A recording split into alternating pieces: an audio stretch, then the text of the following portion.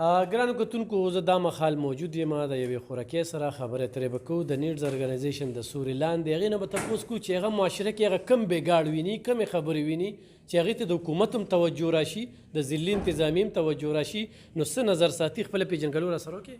السلام علیکم. زه یو سټوډنټس یم، هیلث سره تعلق ساتم او د تنګي اوسیدونکې یم. زموږ خو دغه د لاول دا خبره ده چې غریبي ډېره زیاته زور ده. زموږ د خلکو د دې څیزونو نه دومره فایدې اخیستې دي چې دې خواته کرپشن دی، هغې ته سوچ وکړې نه هر ځای کې کرپشن سټارټ دی. څوک هم په دې باندې دغه نه کوي، عمل نه کوي چې لکه د دې څخه حل وځي. دلته کې د پټرولو خبرې شي چې پټرول ګران شو، زموږ عوام څه دي هغوی به دا خبره وکړي چې یاره دلته کې چینچیانو باندې دباو پیدا شي، هغوی به په هر عوام نه زور وکاږي، د 10 په ځای 10 روپۍ یا 40 روپۍ اخلي چې هغه پټرول ارزان شي. د چرم داسې حالات رانغله چې څنګه هغه مهنګایي ختمه شي، هغوی هغه خپل صورتحال له واپس راشي. مهنګایي کو زیاته وي او کو کمه وي، هغوی همغه شان کې په خپل حالاتو روان وي. لکه دې ته عوام نشي رسېدی چې اوس د موږ دونه مزل نه د تنګي نه د موړه پورې د موړ نه سوري د هاسپټل پورې دونه مزل نه دی او دوی 40 روپۍ پر کرایه اخلي. د هر یو غریب دا وس نه کېږي. صحیح. نو دغه باره کې موږ دغه خبره کول غواړو چې لکه دا کرپشن د دې ملک نه ختم شي.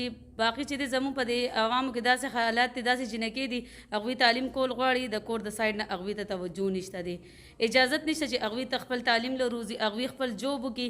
په معاشره کې جنۍ ډېره زیاته وروسته پاتې شوې ده، حالانکه موږ خپل هم فیمیل یو، موږ ته دومره اجازت نشته چې موږ خپل حق باره کې تپوس وکړو. دا زموږ څه د مشرانو حالات داسې راغلي دي، څه زموږ معاشرې حالات خراب کړي دي چې هغې د وجې جنۍ له خپل حقوق نشي ورکړی کېدی.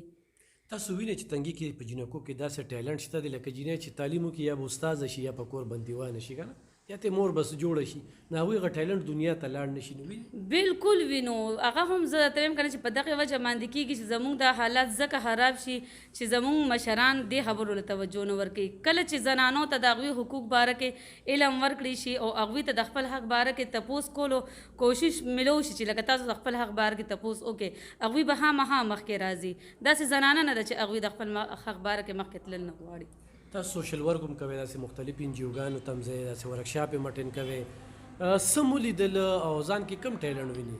یاره زه خو ځان کې ډېر زیات ټیلنټ وینم. زه خو وایم که نه چې زه کم ځای کې یو خبره وي هغه لکه مطلب ډېره زیاته کرپشن باره کې وي، زه عوامو دپاره هم د دغې څیز اواز اوچتوم چې یوازې زه فیمیل نه داسې زموږ سرې نورو زنانو لم پکار دي چې هغوی روچت شي، هغوی خپل حق باره کې تپوس وکړي، هغوی دغه خبره مخکې کړي چې لکه د هغوی د تعلیم نه محرومه وي، هغه شاته نه پاتې کېږي. لکه یوه زنانه به نه مخکې کېږي، دې کې به زموږ د قام قبیل هره زنانه را مخکې کېږي.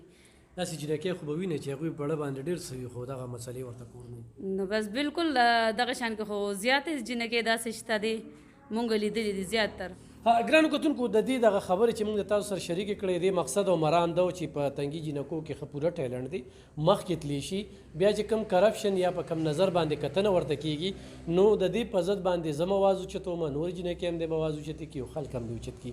نو یو ښه خبره ده، زما به خویندو ته دغه خواست وي چې میدان ته روزې په تاسو خو تشدد کېږي، خو دا خبره چېرې کېږي چې به دا د کور عزت دی او دا هم آیا ده، اول ته کې په تا ظلم کېږي نو دا نه عزت دی او نه آیا ده. میدان ته به روزې خپل اواز به په خپله پورته کوئ. په دې مقضا خبرې م کوم، پرون ماته یو زنانه راغلې وه، اووه خویندې دي د حصې مساوات لپاره په کور زړې کړې، واده کوي یې نه، منټلي چې کوم دی هغه یې ډسټرب کړي دي. هغه وروڼو ته هم زما دا خواست دي چې دغه ظلمونه د خویندو سره مه کوئ.